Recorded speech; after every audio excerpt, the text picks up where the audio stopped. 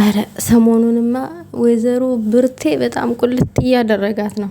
ጠጉሯን እንደዚህ ወደ ላይ ካሰረች ወዲህ አረ ቡርኬ ነው ቡርቴ መባል ያለባት። እኔ ስም አውጥቻለሁ ብርቴ ብዬ ማለት ነው።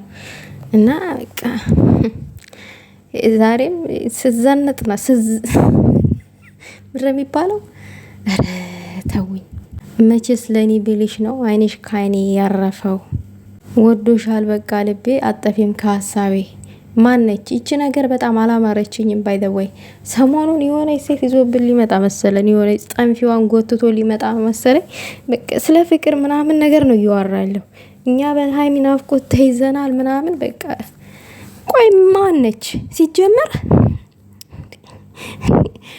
ግራ እየገባን ነው። ይሄ ነገር ይጣራልን። እኔ አላማረኝም። ባይ ዘ ወይ ምንም እያማረኝ አይደለም ነገሩ፣ ስራ ሁሉ። ያንቺስ ይገርማል። ውብ አድርጎ ነው የፈጠረሽ ከላይ። እውነት ነበረ። ይሄ እኮ ዘፈን ለሃይሚ ነበር መሆን የነበረበት።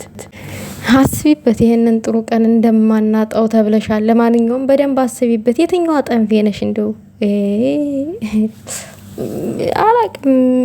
እኔ የምለው ግን ማለት ነው ተቃጠሉ ፈታ እያለ ነው ቡቧችን የምትሉት። እኛ ምንም ያቃጥለን ነገር አለ?